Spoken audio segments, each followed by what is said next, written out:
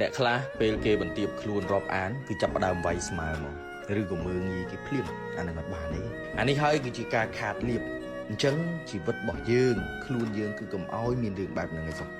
ត្រូវប្រកាន់ខ្ជាប់នៅធម៌គោរពថ្ងៃមុនគោរពគេមិនគោរពគេរហូតអ្នកខ្លះទៀតឃើញគេស្លៀកពាក់ខោមិនខោអាវមិនអាវចាប់ផ្ដើមលេបខាយអានឹងក៏ជាការដែលធ្វើយើងបងខាតដែរណាអ្នកខ្លះ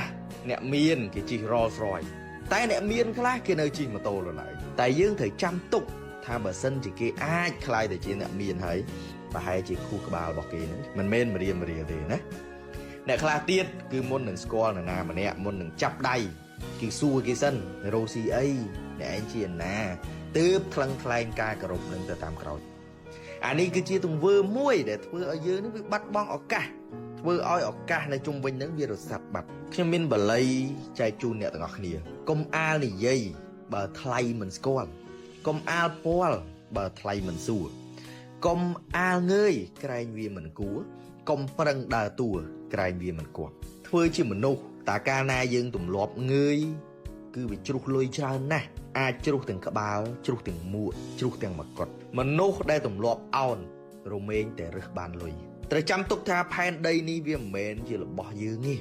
ដូច្នេះយើងត្រូវកែប្រែមកជាអោនលំទោនហើយទៅសើមនុស្សជុំវិញទើបផ្កាវាដុះនៅក្បែររបង